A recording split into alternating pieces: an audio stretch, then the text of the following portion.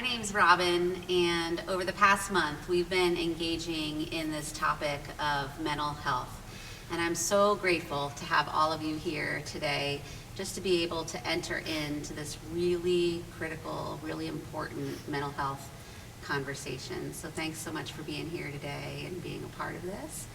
I would love to just give you an opportunity for each of you to share just a little bit about what your personal mental health journey has looked like.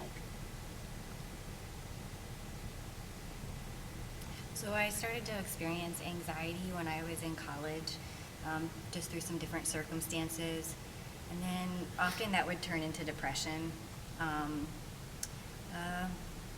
Then later in my life, after having 3 miscarriages, the depression and the anxiety got really overpowering. And it was just years and years of it building and snowballing, and just the spiral just got, it got really dark during that time.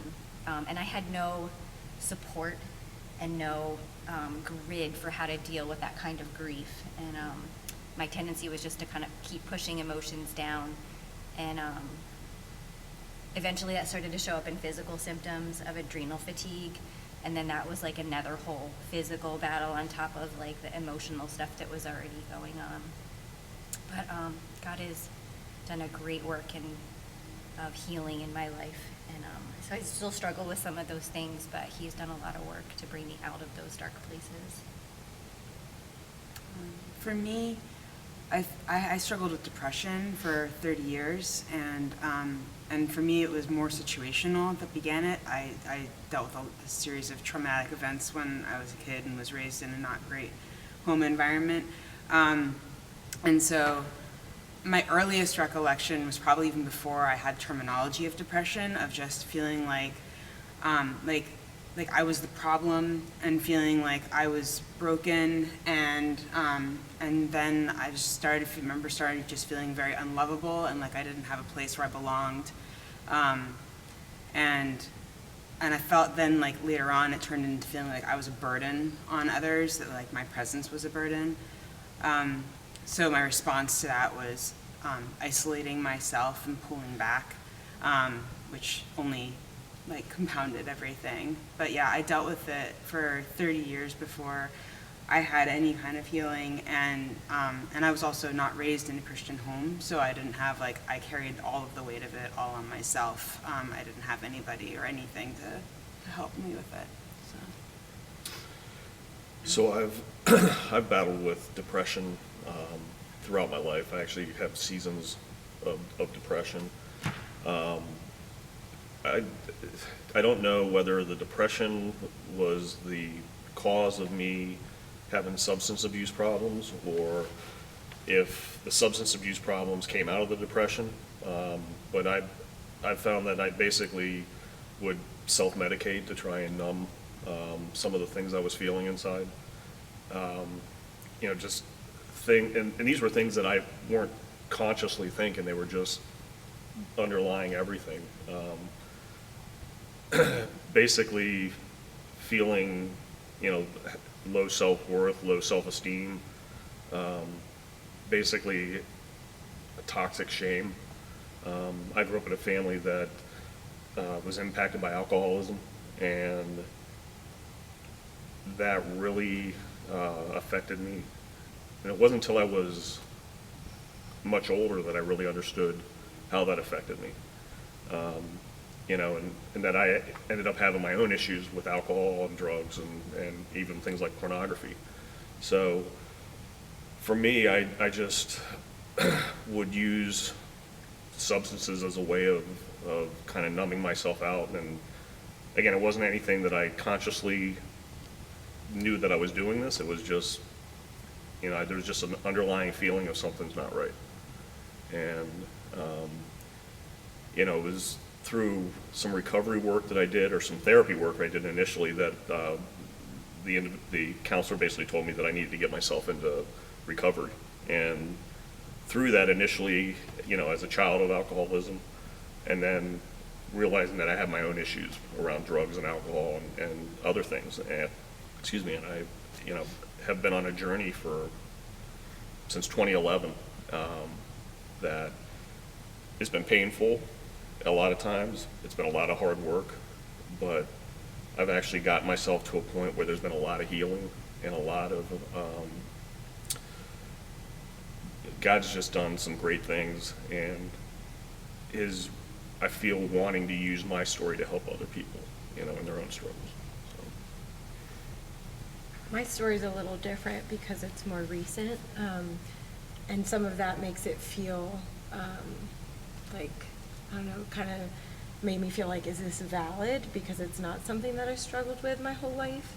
I felt like I was pretty like chill, laid back, kind of, you know, the friend who was like go with the flow, or, you know, as a mom tried to be very like chill. But like I said earlier, my family, we are a foster family. And in May of 2022, our foster daughter, who we had as an infant and then reunified with her dad, came back into our care. And that came with a lot of behavioral struggles, emotional struggles, and also spiritual, like why did we go through the pain and everything of her going home for her to come back. And it was just really a hard time. Like I was struggling, my husband was struggling, my sons were struggling, and that was the start of it for me. And then my uncle died unexpectedly and suddenly. I was dealing with some physical health problems that are still not resolved. Then my younger brother got sick and almost died and had to have life-altering surgery. And it was just a time of like intense stress for my like extended family, because then my brother's family lives in Alaska, so they came back to this area and lived with my other brother. So there's just a lot of like family stress happening. And then on top of it, my husband and I were just some miscommunication styles and resentment that had built up over the years of our marriage had kind of come to a head, and we were in a place where we weren't really being partners, and there was just a lot of animosity between us. And all of those things combined was just a lot. And I was just feeling depressed, and I started feeling anxiety, which is something I've never experienced before. And on Thanksgiving, I had like a panic attack of like putting the leftovers away in the fridge. Like I was afraid the fridge was gonna like fall through the floor. It was ridiculous because it wasn't real, but you know, that was one moment when I was like, okay, this is getting serious. Like I need help. And then by January, I started the winter women's Bible study, and we were studying Elijah and about like bold faith and being on the mountaintop and all this stuff. And I was like, absolutely not. I don't feel any of this. And it was difficult to be reading about Elijah and how he was bold in the face of all this adversity and everything was against him, and he was standing strong for God even though nobody else was. And I was like, whew, I feel like crap basically because I'm not feeling any of this. And basically every week for Bible study, people would ask me like, how are you doing? And I would just burst into tears and be a mess every week. And luckily, you know, Robin had kind of said like, hey, can I get you set up with, you know, some help? So she helped me get therapy set up. My husband and I started marriage therapy.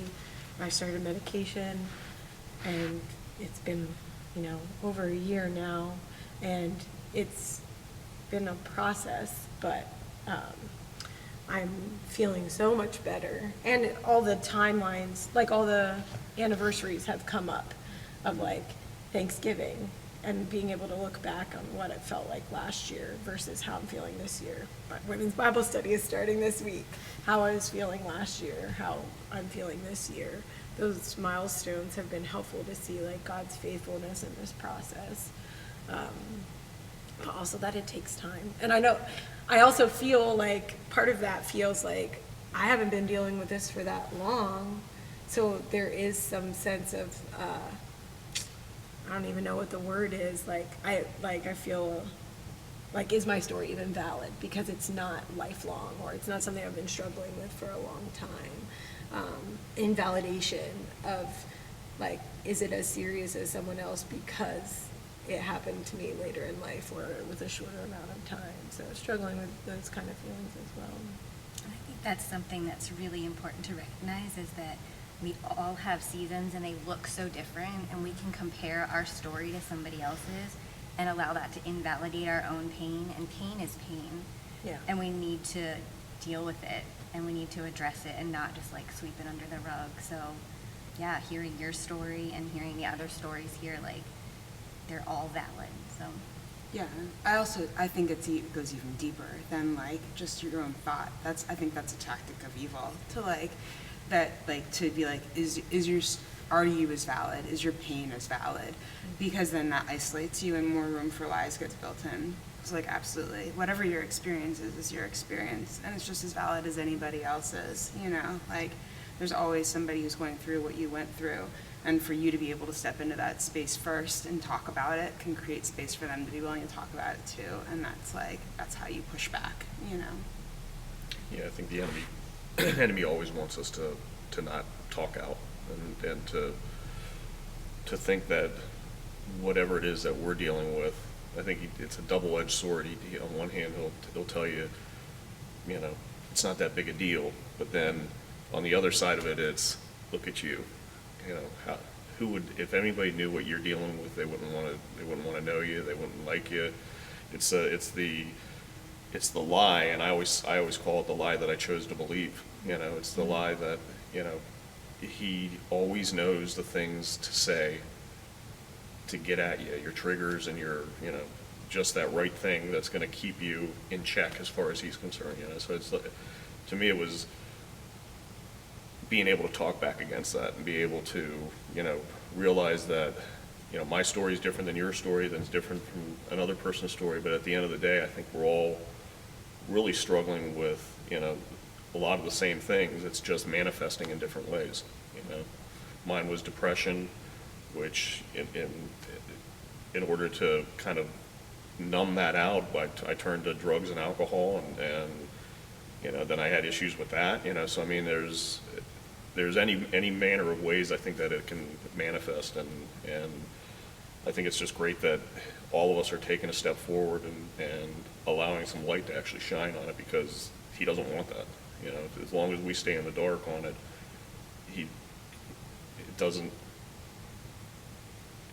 he's winning, actually, I would say, if we don't speak out about it, if we don't do things that actually will, like, ask for help and get into recovery, get into therapy, all the things that, we need to do that actually bring recovery and healthy spirituality.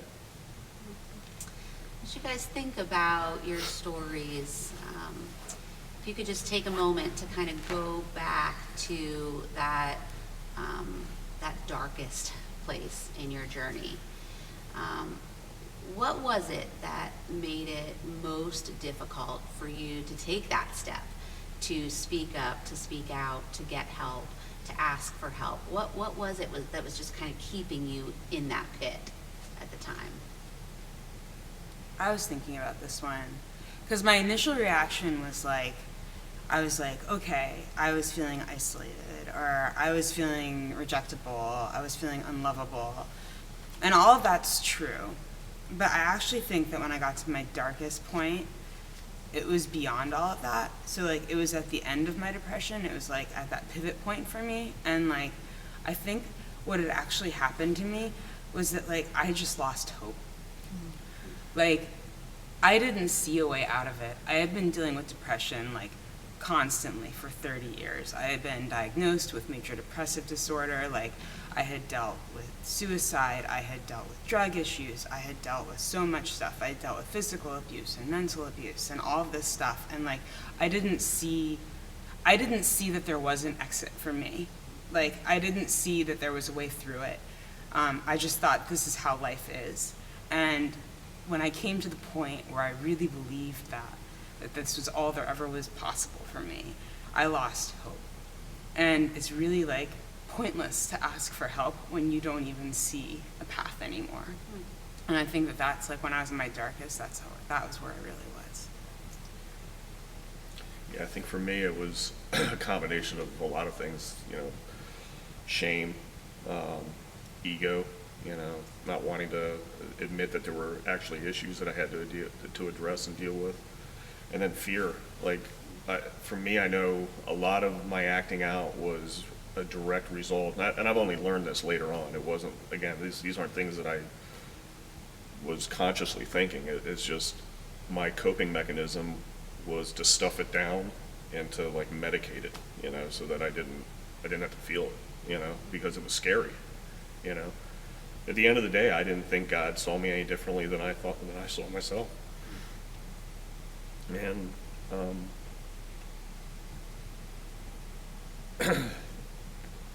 that would probably be the darkest place that I've been, And that hasn't been the easiest part of my journey either. That's the part that even after I got all the recovery pieces in place and was working a 12-step program and even doing therapy work, and that at the end of the day, I just couldn't make that connection. Like, why is there this piece missing? Why can't I make this connection with God that I see other people making? And it was a lie that the enemy was telling me, but I was choosing to believe it. And when it finally revealed itself and I was able to see it for what it was freeing, And it's not that, it was an instantaneous, oh, I'll never have to deal with that again. I'll always have to remind myself about that, because that's my default setting, and I need to talk back against it, and I need to basically realize and believe, and that was the hardest part, was believing that my identity is in God, not in, these things that had taken over my life. So. For me, it was more of a practical barrier. Like, I knew I wanted help. I knew there were next steps I needed to take, that I wanted to take. But even at my best, organizing things like doctor's appointments, finding a therapist, doing all those steps is difficult for me when I'm at my best. So when I was at my lowest, that felt overwhelming, and it felt like something I wanted, but I just couldn't do. And that's where reaching out to you and talking to you was so helpful for me, because you started the first steps for me. And you were like, can I get you set up with a counselor? So I didn't have to pick, I didn't have to look, because that felt paralyzing to me, is just starting the process to get help. So having someone I could reach out to and say, like, I want help, I just can't make the next step by myself, and having you get the ball rolling really helped. And even then, they had to email me several times before I filled out whatever paperwork needed to be done. So that was, for me, it wasn't so much about shame, but the practical side of it, of getting help, is difficult. Especially when you're in a place where you have no energy, no desire, feeling, overwhelmed by every aspect of your life. Getting the ball rolling is just difficult. But I also was worried about, what my husband was gonna say. I knew that he loved me, but our views about how you go about getting help are different. So I didn't know and because of the marital strain we were already feeling, I didn't know if he would be supportive of what I thought I needed. And so that felt like a hard conversation we had to have, that I had to kind of gear myself up for. And then he responded differently than I thought, but having that initial conversation with him and broaching the topic of medication was hard. Yeah. The system can be very overwhelming, all the resources, trying to filter through all of that. And that's, I know, something that I'm very passionate about, is being able to stand in the gap from where somebody is at their, lowest point to where they dream about being someday. If I can be a liaison, or my team can step in that way, it's just such an honor and a privilege. And I'm just so grateful that we were able to have that connection and be able to help you in that way. The one thing that I think is a common thread in all of our stories is that we all seem to think that it's just us, that nobody else is going through, the actual, story itself might be a little different on face, but underneath, we're all dealing with something. We're all struggling with something on some level. And that's just one of the big lies of the enemy, is that, he wants to isolate us. He wants us to be left alone, because when he has us alone, that's when he can basically set the table for us for whatever it is his plans are for us, and I think that that's important, that people understand that you're not alone, that there are people out there that have dealt with what you're dealing with. There are people out there that are resources to help. And the hardest part probably for all of us up here, I'm certainly speaking for myself here, is just acknowledging the issue or the problem and asking for help. Yeah, there's no doubt in my mind that isolation is one of the primary ways that the enemy tries to take us out and prevent us from getting the help that we need. When we get alone in our own struggle and our own thoughts, our own emotions, it's a really scary, dark place. And that's why we talk all the time about the beauty of community, the beauty of having conversation, being able to get with the trusted people in your life and open up about your struggle.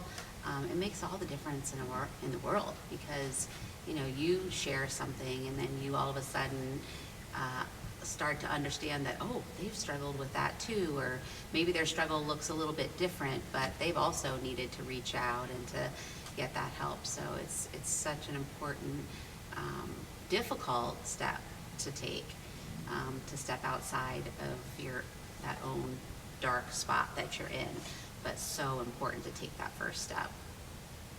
I read once that asking for help is the bravest thing you can ever do. Yeah. I really believe that too.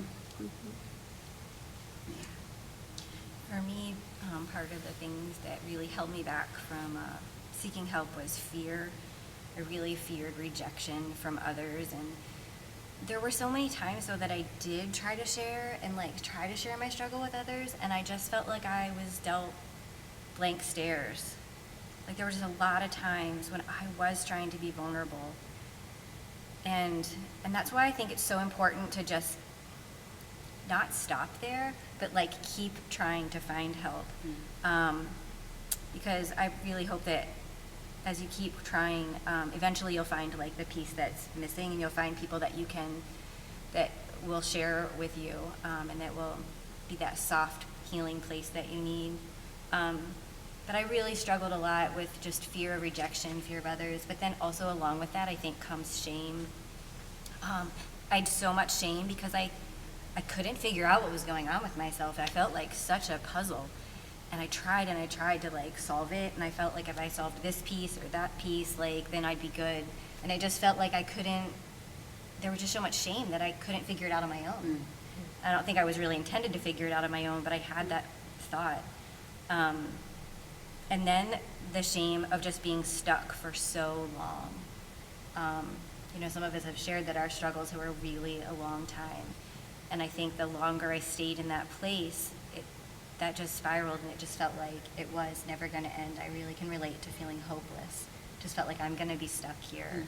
And then that shame of feeling stuck just creates more stuckness. But also, finances were hard for me. It's expensive to seek help. And I didn't value myself enough to make that investment in getting the help that I needed. I didn't want to prioritize myself in family life, in finances. That was hard to actually say that this is important enough that I'm going to spend time energy and finances on it because it is exhausting. I can relate to that piece of being so exhausted. Like I remember at one point, like just thinking, I just need someone to care for me. Yeah. And I just, on all levels, you know, I need someone to care for me, like what I'm eating, what I'm thinking, the fact that I can get sleep, like it just, your whole life gets, I don't know, affected by all of this. And feeling like, you know, when you're part of it, when you're in a marriage or a family, when you want to take time, energy, money from, you know, the family unit to spend on yourself, that also feels like it has to be a decision you make together. So you do want to be on the same page as your spouse. Yeah. Or the other people that share, you know, who will be impacted by the time, energy, and money that you spend on your healing process, and wanting them to be on board with you and not sure if they are going to be on the same page. That can be hard. Yeah. I think that, like, and it's, you said it in the beginning about, like, when you would say people and you would receive blank stares, but also, like, talking about that, like, this is what I need, like, but I don't think I'm going to be supported in it. Like, I think that, like, so much, like, there are two sides to this, right? Like, whether you're going through it or whether you're supporting somebody who's going through it.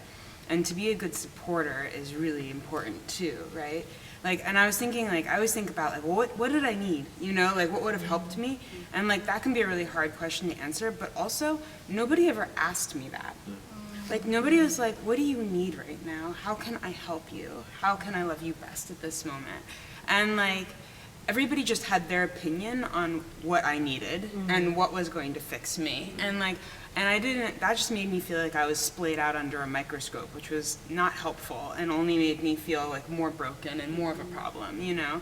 Like, if somebody had just taken the time to just ask me, I would have just, like, you know, like, I wanna be here for you, like, how can I do that?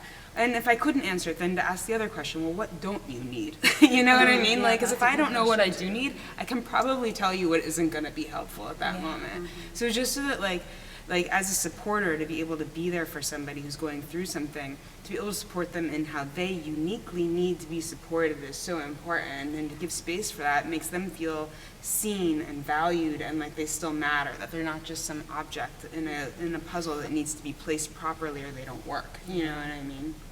So, I don't know. I was just listening to both of you say that, and I'm like, yeah, like, what about that other side of it? Yeah. You know? And that feeling to want to be loved unconditionally. Like, even if I'm not at my best, are you still going to love me? Am I still lovable? Yeah. Yeah. And I know we can't expect love like that in the same way that God gives it and offers it to us from the people in our lives, but you still want it. Like, you still want your friends and your closest family to still love you unconditionally when you aren't very lovable or you feel not very lovable. You want them to show you that they care. I also think a big piece of it is just understanding, you know, from someone that's not going through it. Like, it doesn't seem like there's a lot of, in general in society, there's a lot of emphasis placed on coming to understand mental health issues, you know, whether that's depression or addiction. And so a lot of people just maybe don't know what to say or do, or, you know, how to help. You know, it's not that they necessarily don't want to help, it's just that they don't know how to help. And you know, I think that's why a series like this is so important, that, you know, it's a step in the right direction as far as, you know, helping people to take that step and learn about how someone they love may be impacted, you know, and that, you know, they can help and be a resource in ways, you know, and it's not just, you know, oh, a mental health professional that's, you know, there's all kind of support that needs to be given, and you know, and just understanding that it's not a linear process. It is definitely, you know, all over the place, and you may come back, you know, you may take 3 steps back and 4 steps forward, you know, and you know, it's just, you know, having love and patience and certainly the understanding of, you know, what your loved one's going through, and helping them to get the help they need and helping them to support it. Like, one of the biggest things for me when when I started attending church again was finding a community of men that actually would help hold me accountable, you know? And it wasn't even necessarily as in, oh, I'm struggling with this, hold me accountable for this. It was, this is how these people live their lives, and they see that something's going on, and you know, they want to know that you're okay, and hey, that's not the greatest choice you're making, you know, and you know, it's just a community or a family more, you know.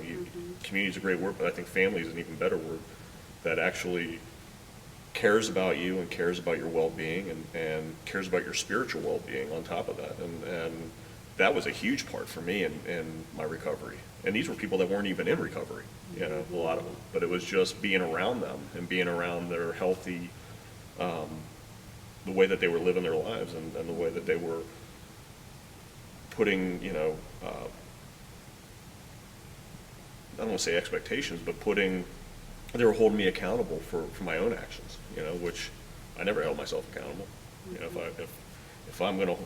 if I'm not gonna hold myself accountable, who's gonna hold me accountable, you know? So that was an essential part of my recovery process, was other people, certainly people in recovery, but other people just in general that were faith-minded and that cared about me and wanted me to grow my faith in my faith walk, you know, so. Yeah. So what was it specifically that moved you from that place of, you know, you described before, the shame, the fear, all of those things, to being able to step in and say, I'm going back to church, I'm going to enter into this community? What helped you sort of make that transition? I had an encounter with the Holy Spirit in my therapist's office, and that really awakened my faith. My faith was always there, but it had kind of been low level. You know, I wasn't walking out my faith, but I had a very powerful experience that got me moving in the direction of attending a church. And I was living in Lancaster at the time, but I was working in Harrisburg, and I started attending a local church here. And then through that, you know, as my faith was, and I was taking baby steps. I mean, my faith walk was, you know, yeah, I mean, I had a burning desire inside of me, you know, to come to know the Lord more, but it was still baby steps for me. And through the church, I started to fall into a men's group, and through the men's group, I made some very strong connections. And then I decided that there were some parts of my life that I needed to kind of address, and started going into Celebrate Recovery. And this is after I had gone through a year of Al-Anon and had a lot of that 12-step experience under me. But I was starting to find some things that, like the whole, I just wanted to be centered on my higher power, which was Jesus Christ. And I wanted to be, I wanted that to be the focus. And I fell into Celebrate Recovery, and you know, I started, you know, helping to lead a men's purity group in one of the small groups there. And you know, again, the family aspect of it, and just allowing myself, like there were parts of my testimony that I shared earlier that even though I was in recovery, I didn't want to acknowledge. You know, the whole pornography thing, I didn't want anything to do with that. You know, God continuously put men on my path that would reach out for help struggling with that, and I felt I was good one-on-one with that, but I didn't want to talk about it. The fact that I'm here talking about it with with all women, you know, should tell you something, like how powerful God is when He moves, and the boldness He puts in you. You know, there's just parts of all of our struggles that, you know, I think we would rather not talk about. But I've come to understand, and I've come to realize that God is He's gonna put those people in my path regardless, and I can either partner with Him and do my part that He's asked me to do, or, you know, it'll be uncomfortable for me. And it still isn't, I don't want to say that it's comfortable, because I'm certainly not comfortable talking about that aspect, but I realize that it's important, And the only way that it's going to become more comfortable for me is to talk about it and to put myself in situations like this where, you know, it's out there. You know. How about for some of the rest of you, what was that? Maybe it was a person, a circumstance, something you heard from the Lord that helped you get to that point where you said, I'm ready to take a step to ask for help. Mine was in, there were so many little things, but a really big area was in my Revelation Wellness Fitness training.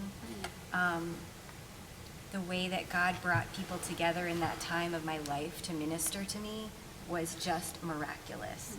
I remember at one point saying to my husband, "You're never going to believe what God did today."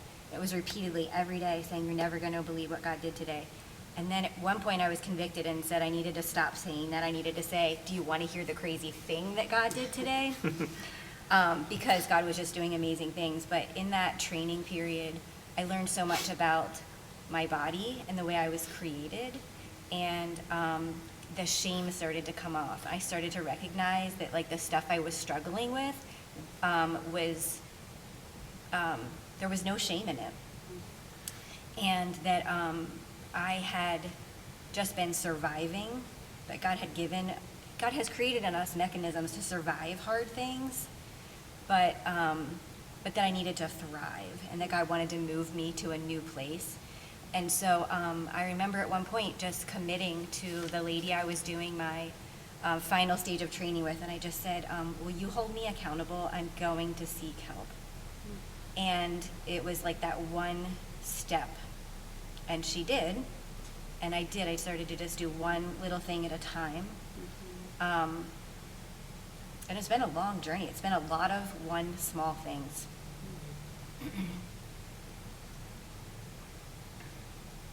I mean, I really a lot with your story, actually. Because really what you're asking about is that pivot point, at least for me, because like, how do you go from being hopeless to having hope? Because that's literally where I was at. Like, we had moved, and I was somewhere where I didn't have any community around me, and I had developed a habit of just doing devotions every day, and a depression hit me, and I was like, usually depressions would only last like maybe a month, and they would happen a couple times a year, but like it had been like 3-4 months that I had been in this one, and it was like, it felt bottomless, and it hurt physically, and like the weight that I carried around was unbelievable, and it got to a point where I had really just given up, because I was like, if this continues like this is not life anymore. And but I still would go and do my devotions every morning and read the Bible every morning, and I was getting nothing out of it. Like, God was like nowhere in there for me. I was just like showing up. I'm like, I told you I would do this, so here I am. You know what I mean? It was absolutely at the point of discipline, like self-discipline at that point. But I was reading Psalm 18, and I read the verse where it says, "Lord, you are the lamp to my feet. My God turns my darkness into light." And I got so pissed off at God. Like, I think to this day I say it's the most honest prayer that I ever gave, because I literally just cursed God out, like literally. And I'm like, if you would do that for somebody 2,000 years ago, like, where are you now? Where are you in my darkness? You know, like you say you're here, you say you're with us, you say you're gonna show up. I'm not seeing any evidence of that in my life at all, you know. And like, and I and I held him accountable to his word. And at that moment, what I experienced was a God moment, because it felt like a little switch kind of flipped in me, like right here. And I didn't think anything of it. I was just really frustrated. But by the end of the day, like, my depression was lifting. And like by the next day, it was not there. And like, chemically, that's not possible. Like, it really was a miracle. At the end of the week, I remember like just realizing like that it was over, and just like being like, why did you do that, God? And what he put on my heart was that I had never asked, which was true, because I had gone through life without faith. So like I had gone until I was 27 was when I became saved. This happened when I was 37. So I I had 20 years of depression by myself where I learned coping techniques. And then I came to be a Christian, and like I had this, I had messed up so much in my life. I just wanted to get being a Christian, right? You know what I mean? Like, can I just do like one thing, you know? Like, and so I'm like, I was all about like the checklists, you know? I'm like, this is what a good Christian looks like. Like, I'm gonna do all of the things, but like, I had no relationship with God whatsoever, you know? And I never went to God with my troubles. I was like, I'm just gonna deal with it because, yeah, like, Christians are just supposed to be happy, and like, we're supposed to do this, and it's supposed to look like this. And so like, I'm just gonna hide all of this so that I look good in front of everybody. But like, it was so inauthentic. It was such garbage faith. And like, and so like, when I had that moment with God, what happened was, it was like, so 10 years in of like a really like empty faith, all of a sudden I had a real moment with God, and it changed everything for me. Like, just profoundly, all of a sudden it was like, oh, like, you're real, and I can actually trust you. Like, it's not just that you've existed, it's that you exist currently in my life, and that you see all things, but you also see me specifically. And like, and that like he was with me specifically. And like, so I started having a relationship with him, and in doing so, like over the years, especially after I came to Daybreak and I went on a missions trip, he used that time to like start to pivot me from having, because of my trust that I built in him and starting to build it in others, to have my identity not be from my past and from all of the things that I had done wrong, but to being in him and as his beloved. And like, and that allowed him to heal me even more, which started to give me the courage and strength to speak to what he had done for me in my life, so that I could hopefully like give that for other people to like walk towards. Because like, if I have this gift that God gave me, and like, I just say thanks and run the other way, like, then I've squandered it. But like, if I'm like willing to like step into an uncomfortable space like this and like share about like what God's done for me, if like one person hears that and it makes a difference for them, then like, that's what me laying down my life for others looks like. That's what it means, like, to like fight for somebody else who's in a place to fight for themselves, to be like, no, you're loved too. And like, God wants that for you as well. And it's okay to be mad at God, to feel like he hasn't been showing up, and it's okay to yell at him for it, and he's still gonna love you at the end of the day. That there's nothing that you can do that's gonna make him love you any more, and there's nothing you can do that's gonna make him love you any less, you know? That's like, for me, what it's been really about. And like, that's like, it was him showing up at that one moment that gave me the courage to ask for help, so that when I've dealt with hardships since then, instead of going to God last, I go first, you know? And it's changed everything. Well, it's almost like when you're on an airplane and they tell you about the oxygen thing, you gotta put your own oxygen on before you put it on somebody else. So you have to make sure that your health and well-being are in place before you can ever really help somebody else, you know? And I, you know, one thing that I realized, that we can either partner with God, or he's gonna do what he's gonna do.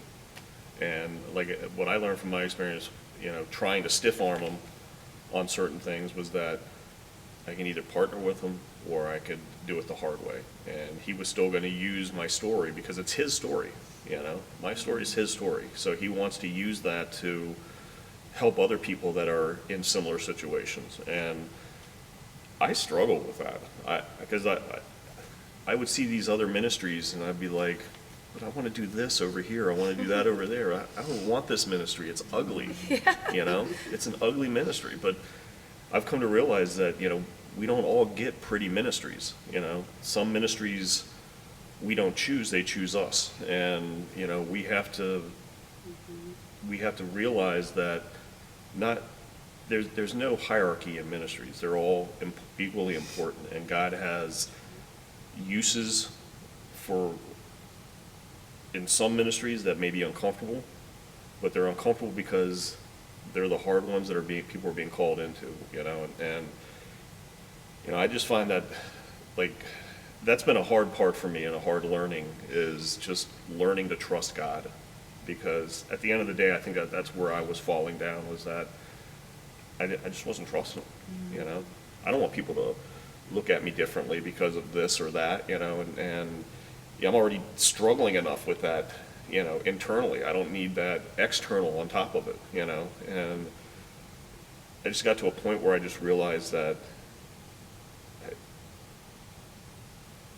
if my recovery only benefits myself, that's great, but it's really not what God intends it for beyond that. I think all of my recovery, there's parts of my recovery that are certainly focused on me and my well-being, but also beyond that, there's a step now that I'm at a point where I'm healthy that I can help other people. And if I don't do that, then I think that I'm not honoring what he's given me, the gift he's given me, and what he's asking me to do to help other people, you know? Yeah, if we really want him to turn our darkness into light, we have to trust him enough to bring our darkness into his light, because he can see a version of me that I can't see for myself. Right.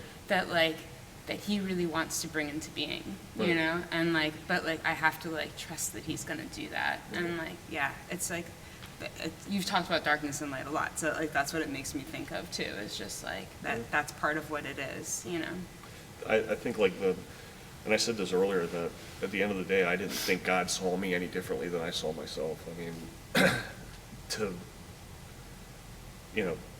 give a little backstory, in 2019, I got laid off from a job, which was the second time in 10 years, which started me down that pathway of depression again. I was out of work for about 6 or 7 months, and I walked away from God. During that time period, I had 2 very close friends. One, a friend that I had known since 2nd grade that died from complications from alcoholism. I had a friend that had died from complications from breast cancer, all within a 2-month period, compounded with job loss and all the struggles that go with looking for a job in today's day and age. And that was just I just got to a point where I couldn't take it anymore. I had just gotten married in 2018, so this was, or remarried in 2018, so this is, only a year into our marriage, and here I'm dealing with all these compounding problems that are really, really setting me in a place where my mindset was not good. I ended up going back to Celebrate Recovery. I ended up, focusing on, trying to refocus on things. And I'll say this, from 2019 through 2022, 2023, when I did the Odyssey, I felt like my desire for faith was there, but I felt like a baby in it. It just wasn't where it needed to be, and I was angry with God. I've said this before, I love God, but it was complicated. I just felt anger towards him for all the loss in such a short period of time, and then feeling guilty for feeling that way, and then, and I can remember, taking baby steps, and the Odyssey for me was a big step in trying to reclaim a lot of that ground that I had lost. And looking back, I can see where each step of the way, he has strengthened me and redeemed me and brought me from where I was. But at the time, I didn't see it. At the time, I honestly felt at one point, this is as good as my relationship with God is ever going to be. And I guess I just accepted it. I wanted it to be different, but I didn't know how to make that connection. And for me, that final piece was the Odyssey, and that literally showed me God sees me this way, which was so against what I had seen myself as my entire life. And to be able to bring it into the open, which is something I would, just the act of doing that, it was almost unbearable. It was so hard to admit to myself that I felt that way about myself. And that was probably the most freeing thing that I've ever gone through. And that was the missing link for me, to be able to see God doesn't see me this way. It seems so basic, but when you're somebody that deals with toxic shame and low self-esteem, or low self-worth, that's your default setting. You don't see it. And even through all the good work I'd done through recovery, I hadn't addressed that piece. And it was It was something that I needed to experience, and it was so powerful when it happened. And it's forever changed my faith walk, and also my recovery aspect of things. So God was speaking to you, but you really needed the community of places like Celebrate Recovery, like Theodicy, to Yeah. really speak into that. And I'm just curious, as you guys think about how you've engaged with God in the middle of this journey, how has that translated to how you have processed and lived out your experience with the church at large, you know, the Big C church? How has that experience been? What have been the challenges of engaging with the church family, and what have been the blessings of that? What's been the fruit of that for you? I'd love to hear, you know, each of you just talk a little bit about that. Yeah, I think for me, my season of depression and anxiety came right on the heels of what I felt like was my strongest season of spirituality. I had finally come to a place where I felt so passionate about my faith. I was excited to read my Bible. I felt like God had been answering so many prayers that I had prayed over the years, because I grew up in faith, but chose it for myself right around the end of college. But, you know, never was like excited to read my Bible. It was something that I did because I had to do, but I prayed continually, like, God, please, you know, stir in my heart a passion for you. And I felt like those things were finally being answered. Those prayers are being answered. And then, you know, all these hard things started happening in my life, and I was feeling so down, and so it was just a hard season. And I felt like, am I only spiritually strong when things are good? Like, and I felt like I could trust God through it, and I trusted his character, and I would repeat over to myself, like, who he is. You know, he is good, he is just, he is faithful, he's always with me. But it was me that I was struggling with, and I felt like there was something wrong with me spiritually, and that's why I couldn't overcome this. And that there was some spiritual weakness, and I think that is something that has been perpetuated in the church, that if you are struggling mentally, that it is a spiritual deficit on your part. And it's weird, you know, it is how the enemy works, because I can have grace and compassion for other people experiencing it, and I can say to them, like, that doesn't mean that you don't trust God, that doesn't mean that you're spiritually weak, but speaking that into my own life was so difficult. And I had to realize, like, if someone was struggling with cancer or with illness or some long-term disease, I wouldn't look at them and say, well, that's because you are lacking spiritually. And if you just bucked up in your spiritual life, you would receive healing.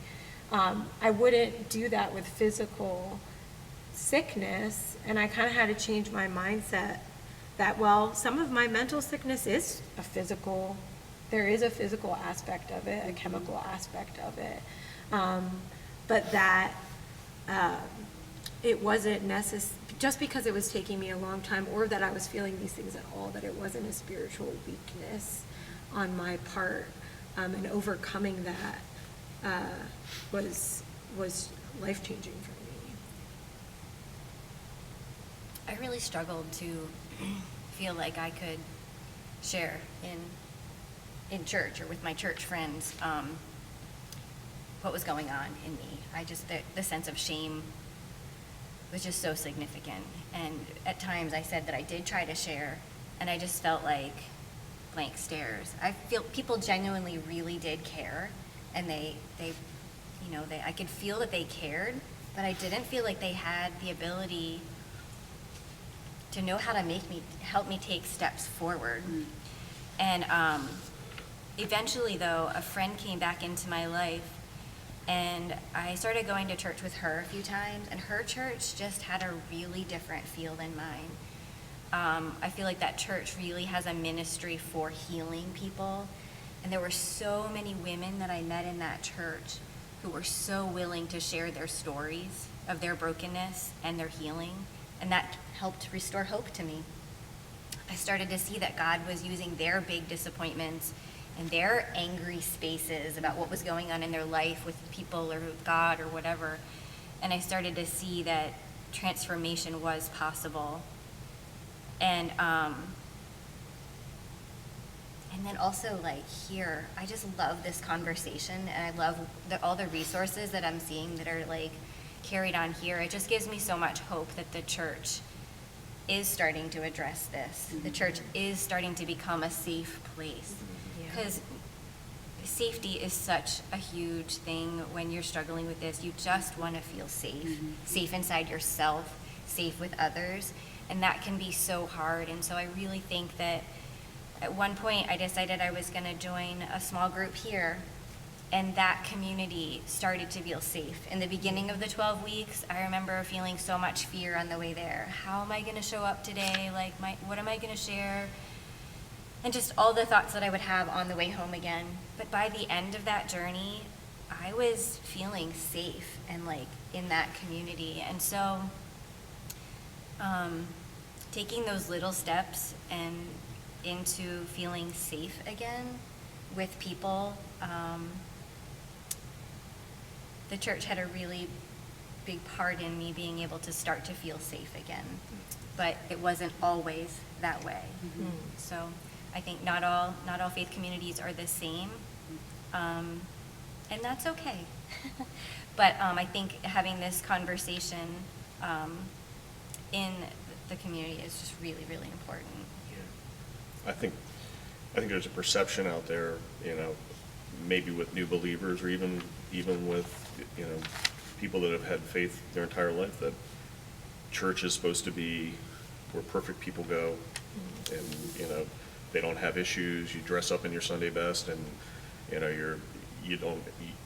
you just don't struggle with the things that other people struggle with. And that's not the case. I mean, like, if you look out at the pews on any Sunday, people are struggling with all kind of things, and in reality, I think that's what Christ was calling the church to be, was where people that needed healing went, whether it was spiritual, physical, and I think that mindset is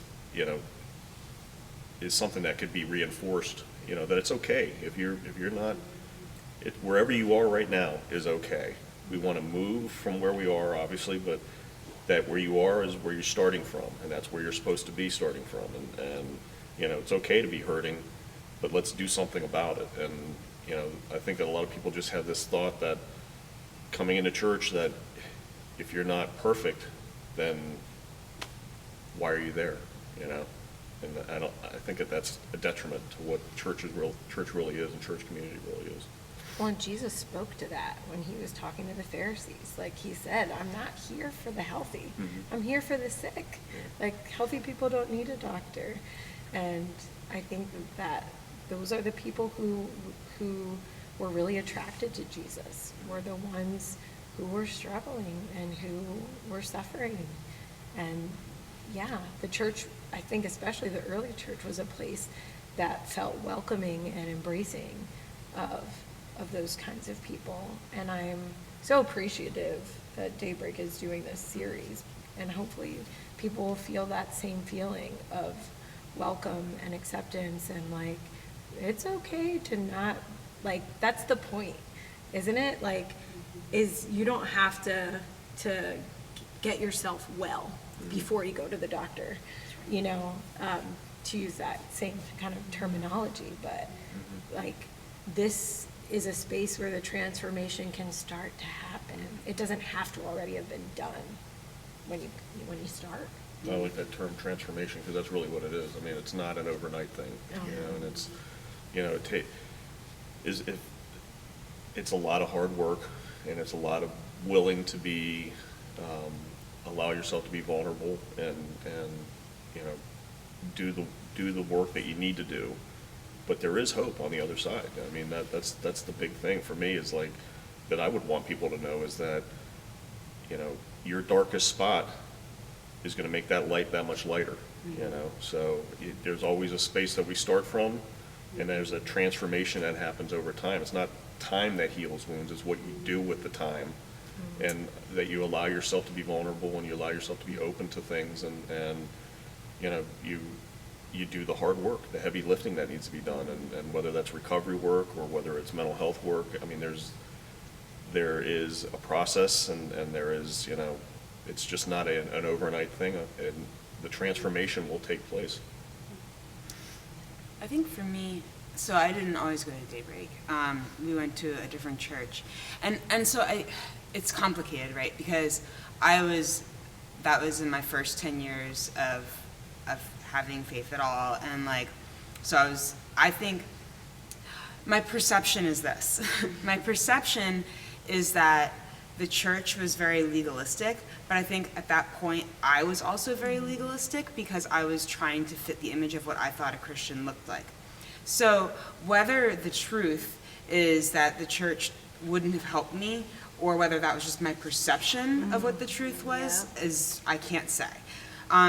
I'm not aware of any resources that they had. It was a much smaller church, so I'm not sure what they would have done if I had come out with like all of my ugliness and just kind of dropped it on the floor in front of them anyway, you know what I mean?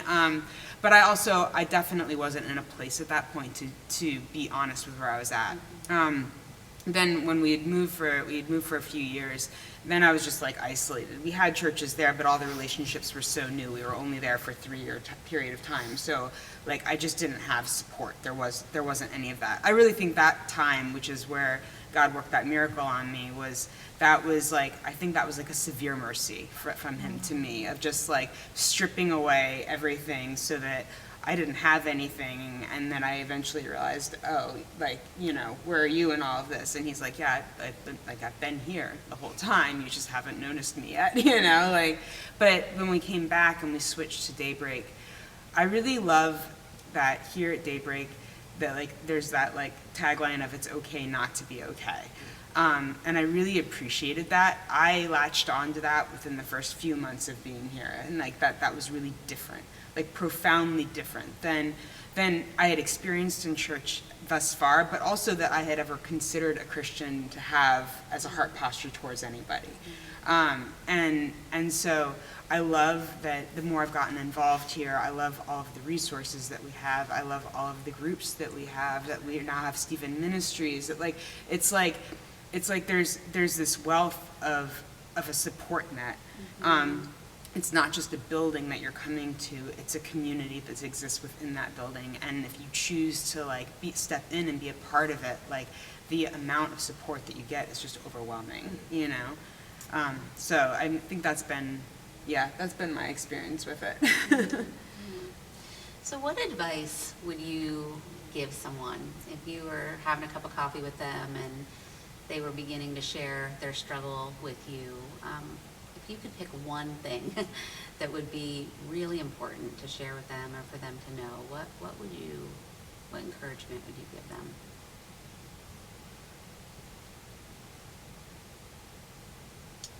It's hard. That's different for everybody, right? Mm-hmm. Whenever I know I'm stepping into a space with somebody like that, my goal, like my heart posture, my goal, like, is that I want to communicate that there's safety there, that I'm not walking out. I think that for me, the biggest part of my healing, besides being able to switch my identity from a point of shame to a point of being God's child, has been the community that's been able to develop. Since that time, where God worked that on me, it was a permanent healing. I don't deal with depression anymore. It's been 8 years. I haven't gone through depression. There was one time, but it was appropriate. A relationship of mine that very much meant a lot to me broke. It was an appropriate response. But even in that, I went to God first. I remember laying in bed and I woke up and I was afraid because I felt like I was getting depressed. And I hadn't dealt with depression in like 6 years, and I was really freaked out that like I was starting to feel it, because I was like, oh no, is this coming back? It was like a monster under the bed, like crawling back out, and I was like, oh please no, you know, and like I was like, God, I can't do this, like please don't start this over for me again, like don't let that have just been like a little reprieve, and now hey, here's the rest of your life dealing with depression again, you know. And what I felt him do, he gave me this image of a canoe, and like that it was in the water and I was laying in it. And I could hear the water lapping up against the canoe, but it wasn't overwhelming me. And what I felt like he was inviting me to was a safe space, that like sometimes having anxiety and sometimes having depression about a situation is actually very realistic and like a proper response, you know what I mean? That I don't have to be anxious about having depression, like occasionally that's gonna pop up in my life, but that there was a difference now because I wasn't the same as I was before. That because of the work that he had been doing in me, that even though I was coming back to a point that would have overtaken me before, it wasn't going to overtake me this time because he was giving me a safe space. But I'd also built community around me, like really strong, healthy community, people that would make me feel seen and acceptable and valuable and loved, even in the midst of my depression, which is like what you need. So there's this dehumanizing thing that happens when you go through anxiety or depression, where like you just feel like you don't belong anywhere and you don't feel acceptable. And so to be able to receive from people that like even now when you're going through this, you are still loved, you are still acceptable, you are still valuable, like you're a whole person, and I see you that way, that like it allowed me to like go through that period of time in a healthy way and then like come out of it just like, you know, normally. And like I had never been able to experience that before. So I think that if all you can do is take that like one small step, you know, just that one little like shift in your life, like for whatever it might be, like maybe it's therapy, or maybe it's just like inviting somebody into that ugly space with you and really being honest about it, like whoever it is that you trust the very most in life, you know, like to be like, hey, the next time I'm going through this, can I like let you know? Not talk about it like afterwards, but like literally while I'm going through it, and like invite them in and like watch that they don't leave.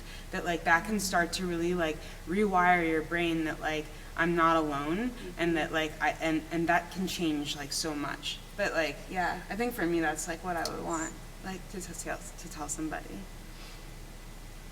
I think along with that, I would agree with everything you said, and especially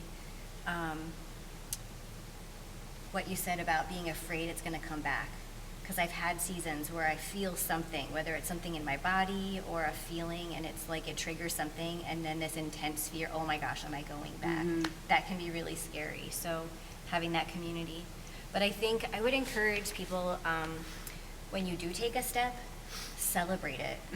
Yep. Celebrate that, whether that's just doing a happy dance, like something physical, or texting a friend and just saying, I just did this. So celebrating it and then finding people to celebrate with you, because that really propels you forward as you find ways to celebrate those small steps. I love that. And even like because I struggled with adrenal fatigue for so long, I had like 5 winters where I was literally like, on bed rest. Like I just couldn't, I had no energy, like I was wearing such a heavy weight. And the first year, which was really just February 2023, that I didn't go through that, at the end of the month, me and my family went to the Climbnasium and spent a day just like climbing. Like that was our way of celebrating. And I invited my family into that with me.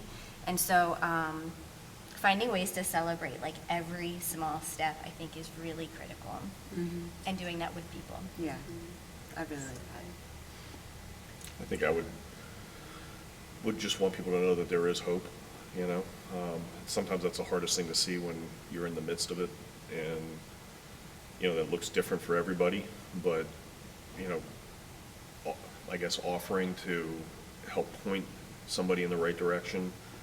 It might even be offering to go to a meeting with somebody, or, I mean, because that first step, you know, we've talked about the first step being often the very hardest step, you know, can be overwhelming. And, you know, if somebody that knows that they have somebody they trust with them to take that first step, I think that's a good way to offer that hope. And, you know, and again, for me, with tying my recovery work into my faith, that all of my hope, all of my,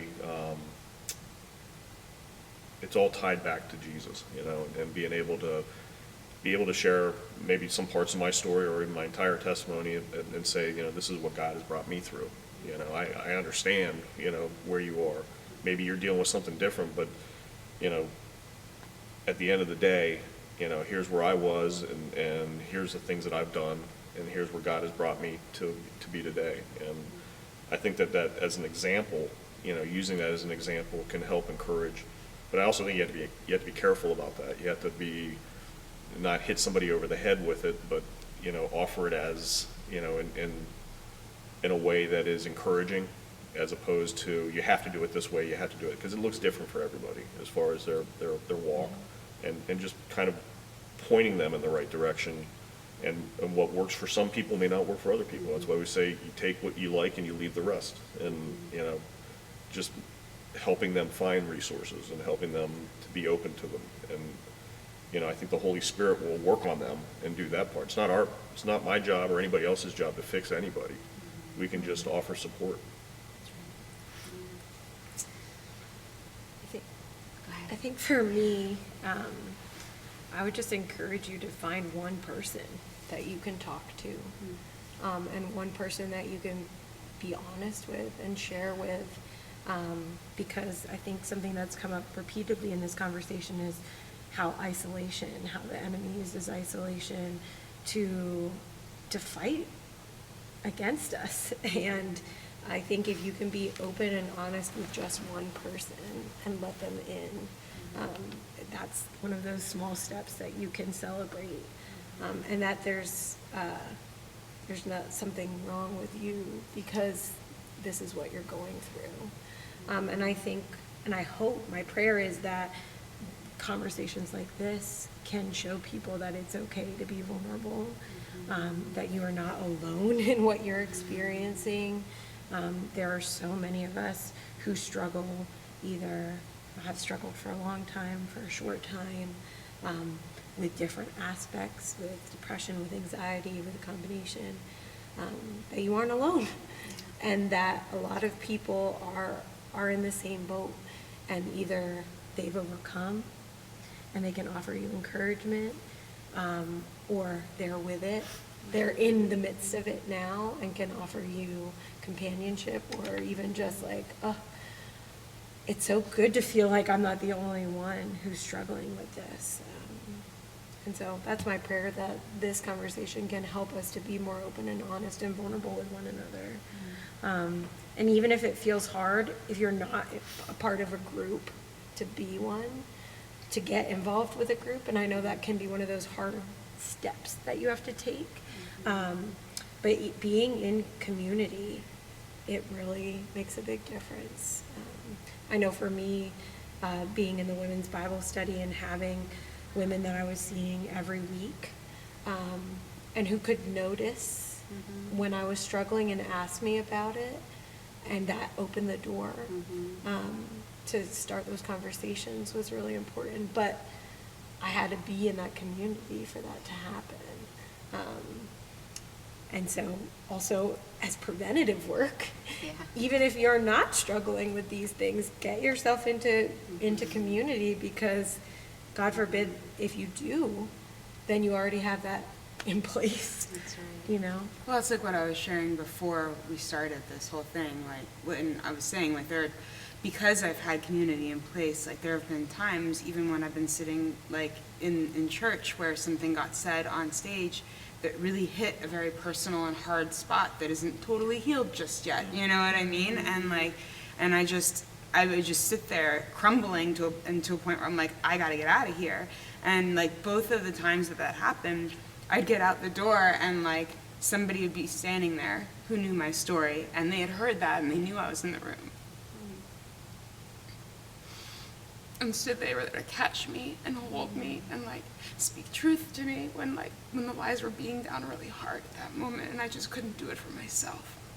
And, like, you only get that when you're willing to, like, put yourself out there and be real and, like, and let people know that, you know? And, like, both of those times it meant so much to me that, like, that they knew me that well, they saw me go and they were like, oh, she's gonna need help right now. I know exactly what just hit her. And they were there to catch me, you know. That's what family looks like, you know. Yeah, that's what vulnerability looks like. I mean, when you allow yourself to be that vulnerable, I mean, we only let people know what we let people know. And, you know, people, Yeah. if you weren't if you didn't allow yourself to be vulnerable, then maybe you wouldn't have had people that would have been able to come around you. So, I mean, I think that's the blessing in being vulnerable, is that you create those safe spaces with people. So we've talked about a lot about community today. I think it's really important, and community looks a lot of different ways, right? It can be a small group or a Bible study or a one-on-one, the person that meets you out in the lobby when you need it. And even this is beautiful community. This has been beautiful today. What has this been like for you? What is this experience of being able to engage in conversation really with people that, you know, you didn't all know one another prior to entering into this conversation today? What has this been like for you? How freeing has this been to be able to have this conversation today? It was a little intimidating to start the conversation today, but it started to flow really beautifully, and I feel like I'm coming out of it wearing another cloak of belonging. It's like I'm wrapped again in God's presence, of Him saying, daughter, you're special to me. I'm seeing new friends, and just seeing, like, I don't know, there's just a sense here. There's a sense of, like, belonging, that we've shared our stories, and there's, like, a tenderness in that. And so that fear that I felt maybe at the beginning, or that little bit of intimidation, like, is completely gone, because we've been honest and vulnerable and brave to be able to share. So Yeah, I for sure was nervous. I always am. Like, you know, because in my, like what you're saying, it's not really our story in the end, it's God's story ultimately. And like, and for some whatever reason, I never look very good in that story. But like, but I mean, but it's okay. Like, one of my favorite, like, I love Paul because I feel like I can relate so much to him about, like, he had done like a whole lot of wrong, and then he had an encounter with God, and it profoundly changed everything. And like, when he was like, by the grace of God, I am who I am, and that grace is not without effect. Like, that's what conversations like this are for me. Like, where this is my opportunity to speak what God has done, and for me to be a bear witness for what God's done in my own life, so that hopefully, like, somebody else is like, I want that. Like, I want that. And I'm like, yeah, I want that for you too. And like, and I really do. Like, it would be so selfish of me to just like take what God's given me and never share it ever. You know, like what a waste that would be. Like, I have such a passion for like what God has done for me, for other people to experience it, for them to have that renewal, not only in themselves, but in their relationship with God, within their relationship with others, to actually be able to live life and not just exist through it. You know, like, that's what I really, really, really want. And so whatever part of my story, the ugliest, the least ugliest parts of it that need to be shared to like help somebody want that for themselves, like, that's so worth it to me, even if it's just like one person, you know. Well, I know, and it sounds so cliche, but that is like, it gives purpose to the pain. It does. You know, and when you're feeling it and going through it, and you're like, why do I feel this way? Why are you letting me go through this? To know on the other side that this, not only did God use this experience to grow me and to grow my trust in Him and my dependence on Him and my relationship with Him, but that it can also help someone else start their healing journey, or someone else to feel seen or to feel loved. And it gives purpose to it. And it doesn't mean that I would want that for myself or for anybody else, but having purpose for your pain is really, it makes it not feel like it was for nothing. No, I love that you said that, because that's really what it is. Like, it's not that God brings this stuff upon us, but if life happens, He's standing there waiting to repurpose it for His good. Right. Like, He's not content to just let us have like a big pile of stinking you-know-what, just to sit there and sit in. Like, he wants to, like, use it for good. And, like, and in ways that I could never even fathom possible. Like, I've seen his hand so much, like, when I've shared, like, something, and I didn't even know what I was saying was gonna be impactful, and, like, all of a sudden, like, somebody else is like, when you said that, and, like, and you're just like, wow, like, and if I hadn't have gone through that, I wouldn't be able to offer that. And, like, and yeah, so it's like, yeah, it sucks that all of that happened to me. Like, I wouldn't, if I had to, like, choose my life, it wouldn't have been that, you know what I mean? But, like, if it can have an impact for somebody else, then, like, yeah, it brings meaning to it. And, like, there's a lot of beauty in that, too. I would just say, like, I'm gonna repeat myself, but what I had said earlier about finding peace and comfort knowing that you're not the only one going through certain things. So settings like this always just remind me of that, everybody's going through something.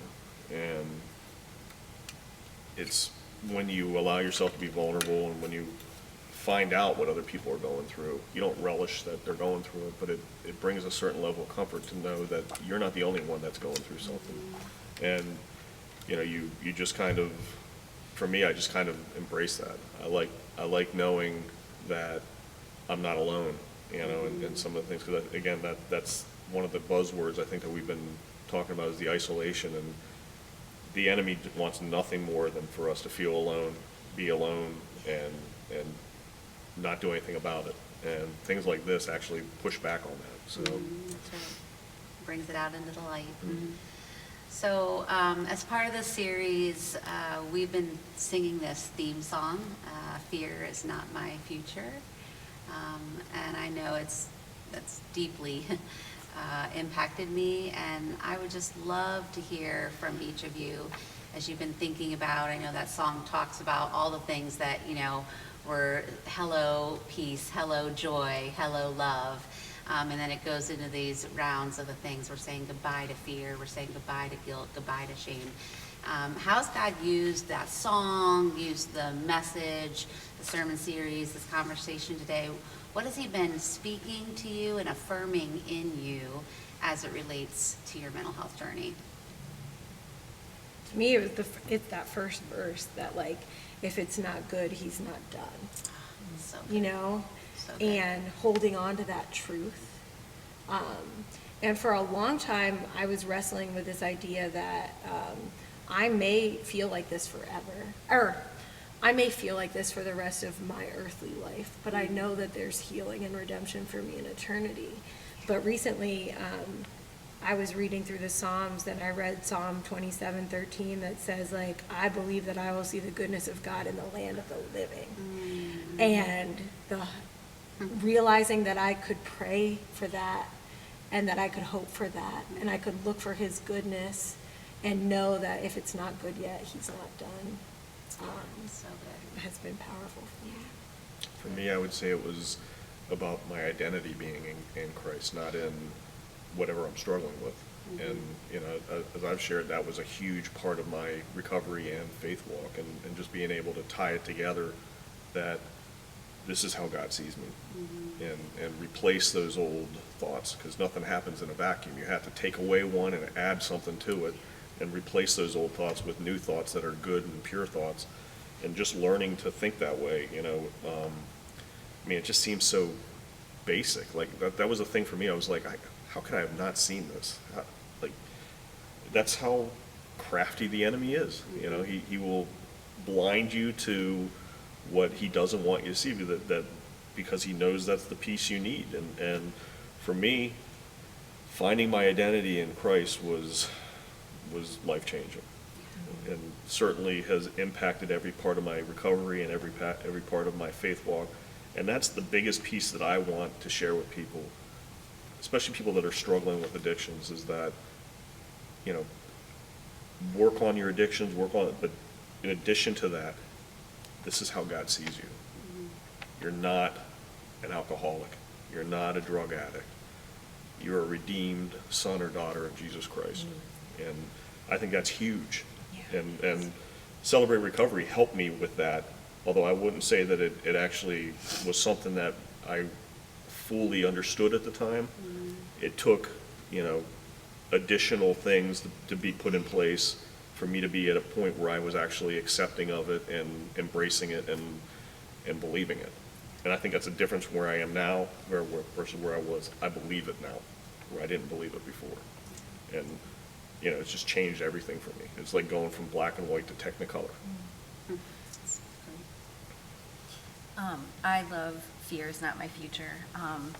Last summer, I had the opportunity to go on a youth conference, and so I got to sing that song loudly with thousands of youth. And I think there's so much power in declaring what we will no longer partner with. So I will no longer partner with fear and with shame and heartbreak and sickness and death. And I really, really love the part, heartbreak is not my home. Because I think I hear in all of our stories, life circumstances that caused brokenheartedness. And Jesus say that he came to heal the brokenhearted.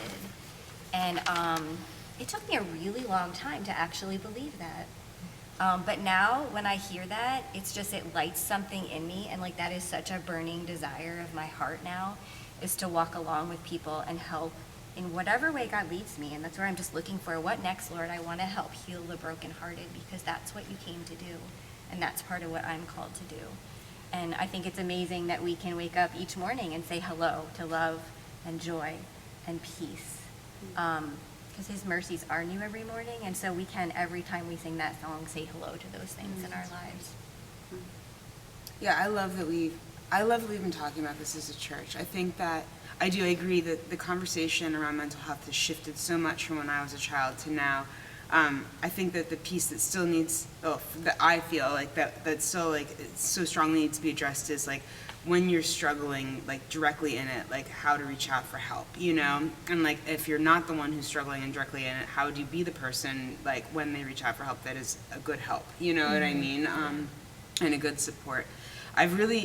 What God I think has been most affirming in me, because we've been talking about this with the youth groups too, like the teenagers, and each week when we've been discussing different topics surrounding mental health, we've been interviewing people, and throughout it, every single person has talked about that community piece, about going to God and about community. And like, those were the two things that like I really felt like I learned the most. And so like hearing it over and over again, where someone was like, and this person was with me, and you know, like, and I wasn't alone because of that, because they understood, you know, like it just affirmed so much in me what God has been inviting me into, which was really hard for me to accept. But like, once I started to grow into it and like start to really like get my feet under me in community and understanding its value and its importance, that I really started wanting to fight for that for other people too, you know? So to hear all the people that we were talking with saying that same thing, like it was just reiterated over and over and over again each week, it was just like, wow, this really is like,